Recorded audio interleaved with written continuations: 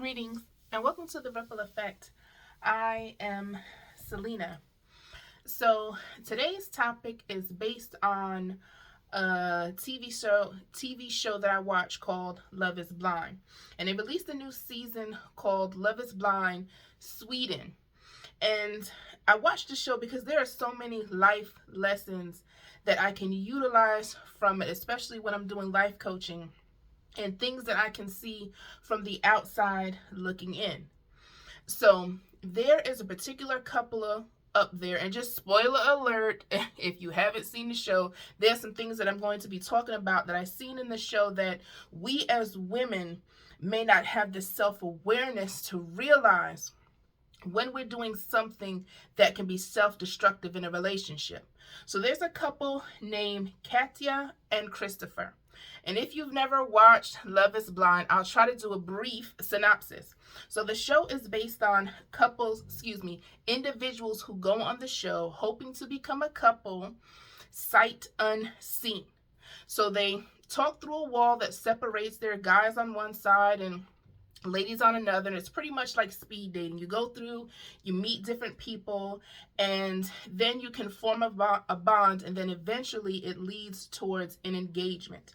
Then eventually, I think it's something like 8 weeks, they might get married later on. You choose at the altar after you've moved in together, went on a honeymoon, if this person is suitable for marriage. So with that being said, Catja and Christofer are just based on appearance sake, okay? They look very different, okay?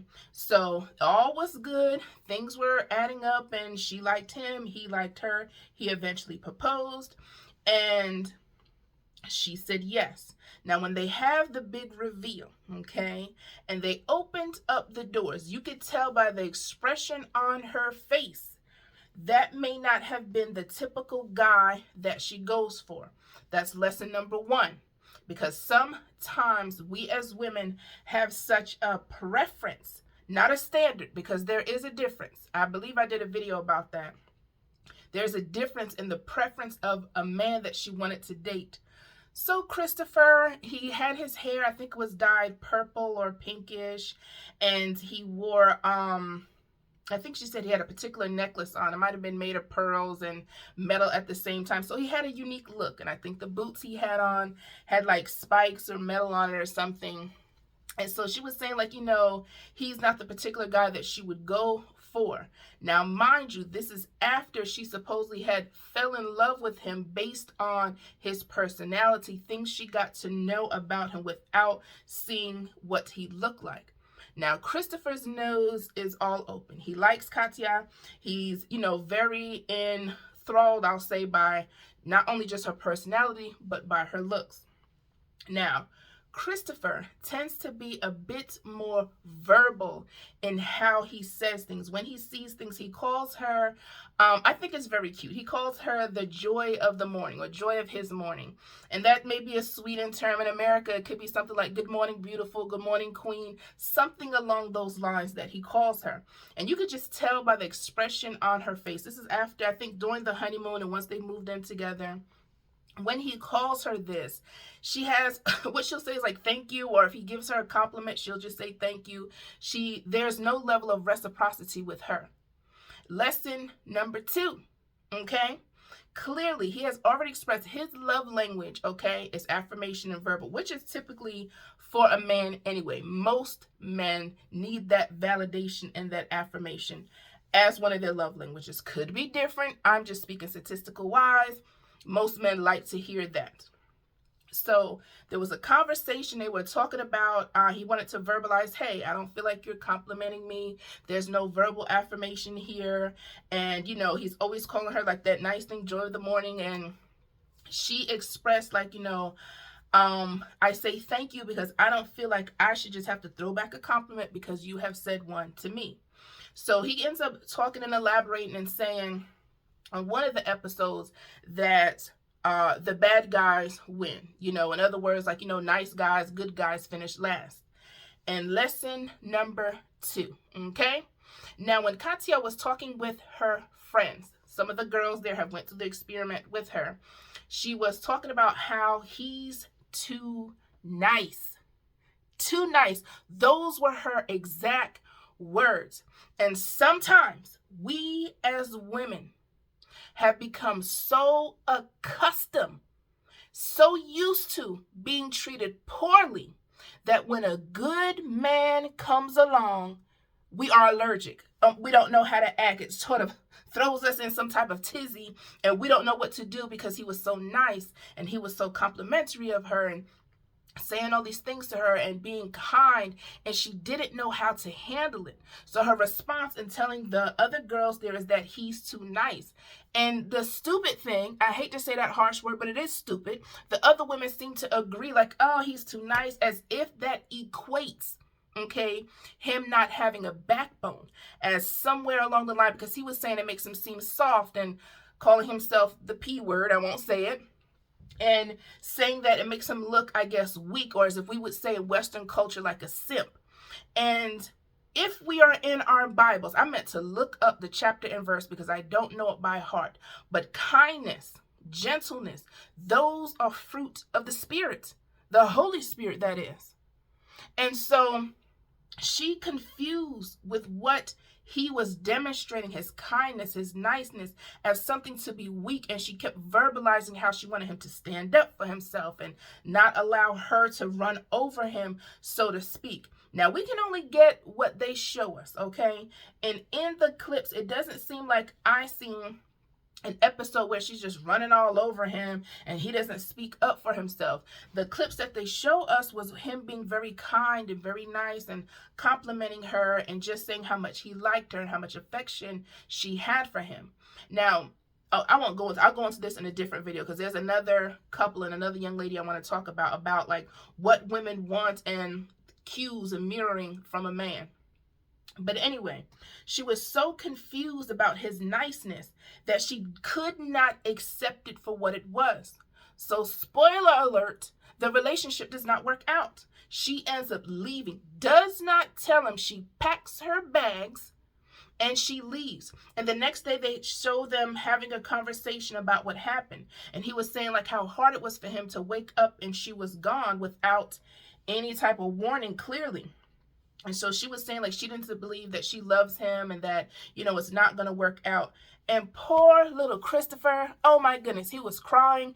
And I felt so bad for him because clearly on the show, just from what I'm watching, he looked like he really liked her or loved her, so he said. But she was so not accustomed to niceness, to a guy being a gentleman, it threw her off.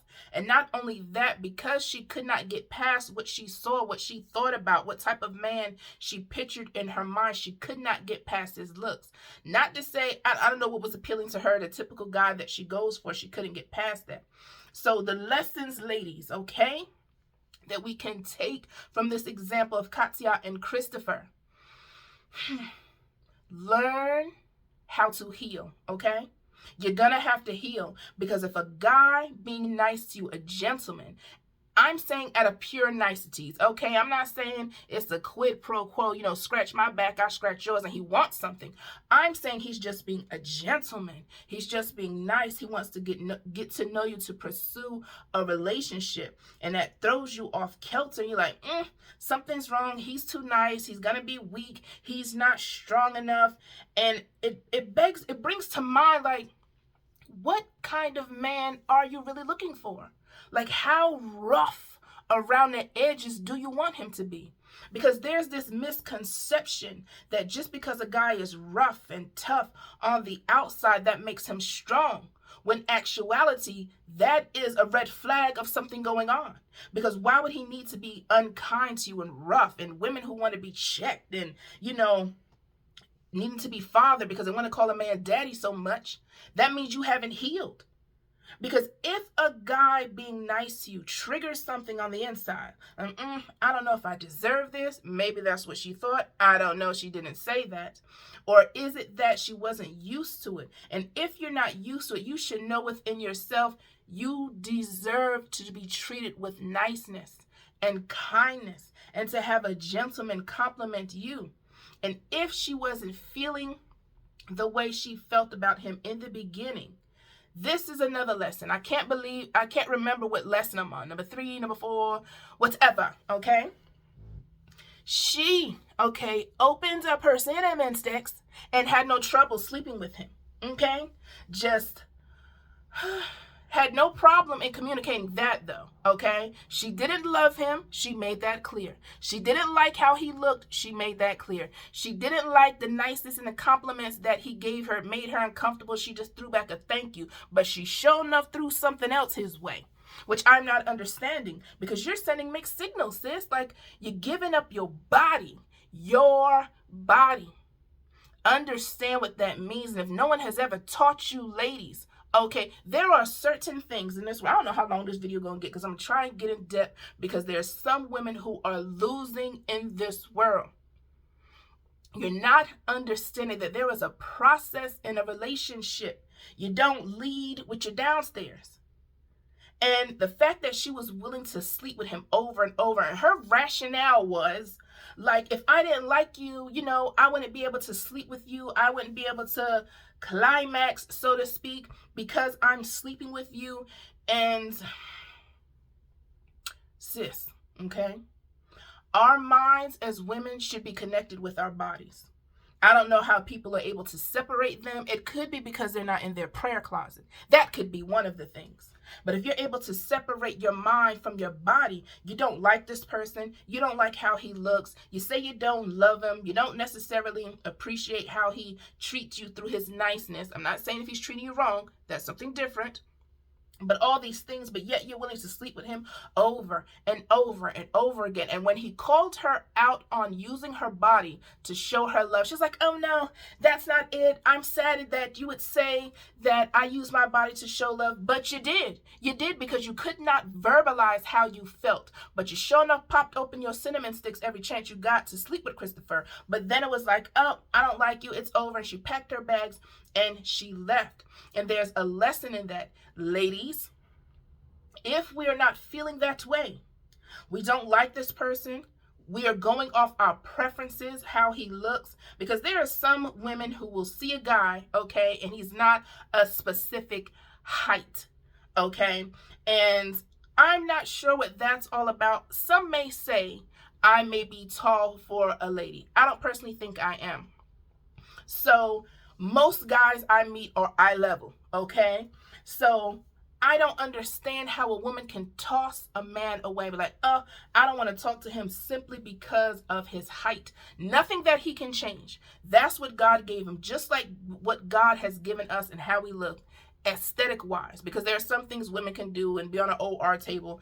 That's a story for a different video.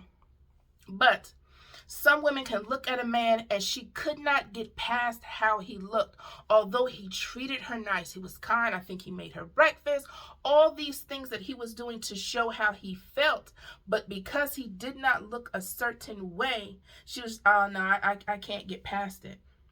And there are some ladies who will see a guy based on how he looked. Now, I'm not going to try and go into certain looks, but I'll just say in general how his hair is done, how his height is, what kind of car he's driving. Those things have nothing to do with whether he's in his prayer closet, whether he knows the Lord, if he has a relationship with Jesus Christ, God the Father, and the Holy Spirit. Sometimes we get so caught up in aesthetics that we cannot see the person on the inside.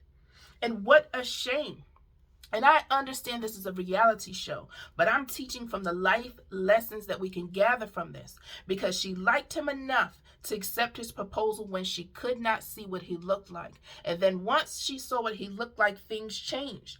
But it did not change enough for her not to be in the bed with him.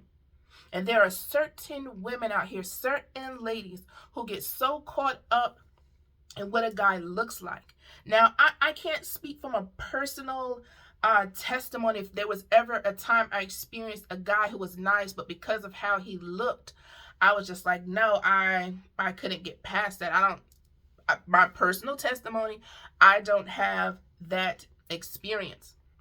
I'm trying to make sure that when I look at someone, when I pray about a relationship or pray about a guy who's trying to enter into a relationship with me, that I pray about who he is as a man. Because if you really want to know, ladies, okay, you get in your prayer closet and you ask God to reveal to you this person's heart. Because the Bible tells us now the heart is wicked above all things, okay? Who can know it? And you need to pray and ask God to show you this man's heart, because a man can show you a whole lot of things but his heart. And so I had told you in other videos, ladies, that when we are thinking about entering a relationship with a man, that we need to listen with our eyes. We need to watch what he is doing, not so much what he is saying.